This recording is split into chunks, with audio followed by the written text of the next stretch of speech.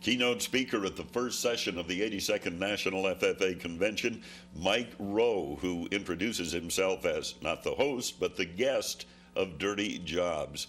I have to ask you, Mike, as a speaker, have you ever had any kind of a sense of the welcome you got here when you walked out on this stage? Honestly, scared the heck out of me. Did it? I mean, look, 20,000 kids. Most of them have a camera, and none of them are shy. And I got the distinct impression they were all over caffeinated.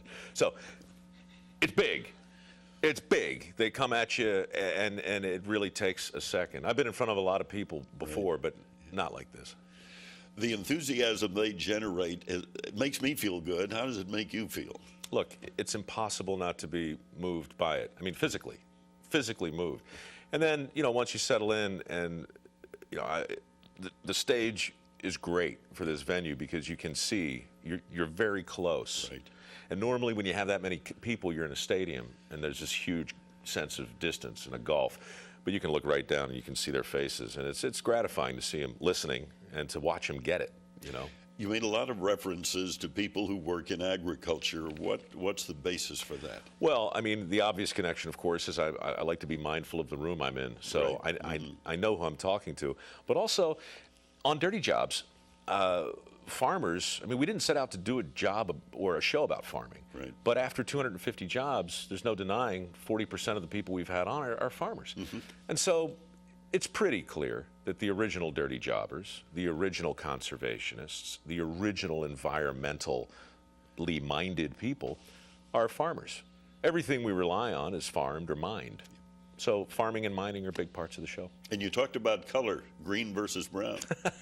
Well, it's just another one of those turns of phrase, the green movement, or at least it's kind of like nailing Jell-O to a tree. I don't really know what it is, but I do know that there are a lot of people in the country who aren't comfortable rallying behind the traditional role models out of D.C. and Hollywood.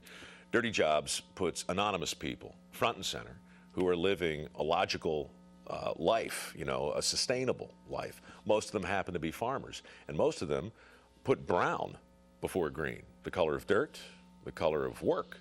Green, that's the color of stuff that grows out of brown. Just like the dictionary, brown before green. Before green. Now, you hit a hot button with a lot of the audience in your presentation when you started talking animal agriculture, humane society, and PETA.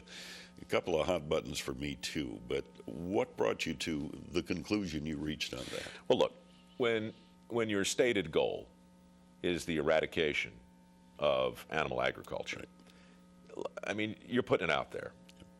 We didn't put it out there. I didn't put it out there. But you just can't look at that kind of intention and not have an opinion. I don't want to fight. I'm not an advocate, right. But I'm a friend. And I don't see a lot of friends of farmers on national television with a show that shows, honestly, these issues. So, with all respect to people who are deeply concerned about the issue, I just don't think we've had an honest, top-down look and a real true dialogue in the country that captures the understanding we need to have. You can't just take an agenda, whether it's PETA's or the Humane Societies, and look at it as the entire issue. You've got to look at the scope and the scale and the size of the issue and have a rational conversation. And it's hard to be rational when the images are so lurid and graphic and the claims are so spectacular. Yeah, the emotion takes over and you begin to lose the fact. Yeah, that's exactly right. On the one hand, it's such an emotional conversation, but on the other hand, it's such a practical problem. We're so disconnected from our food. We don't know where it comes from. We don't want to know where it comes from. And into that gulf, into that absence of understanding, comes a lot of lurid photographs, a lot of hysterical sounding claims, yes, and a lot of very vocal, agenda-driven dogma. In the absence of everything else, that's shiny, and that's going to get a lot of attention. Finally, let's talk about Mike Rowe Works. What's that I've all heard about? of that. Yeah, What's that all fantastic about, program. Good.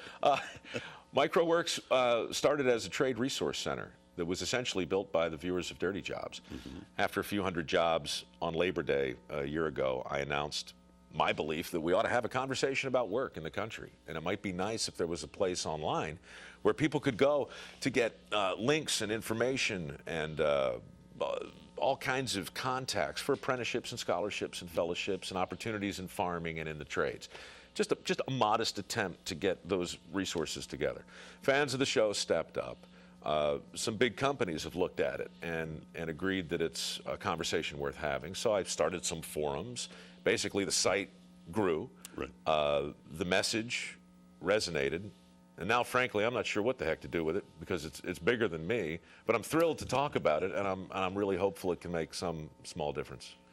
Any tips on some dirty jobs coming up that we are well, looking for? We got a new season that just started. Right. Last week, I was hanging from a bosun's chair, 450 feet on a high-rise in Pearl Harbor, washing windows. I'm still not really ready to talk about it, but that was a good one.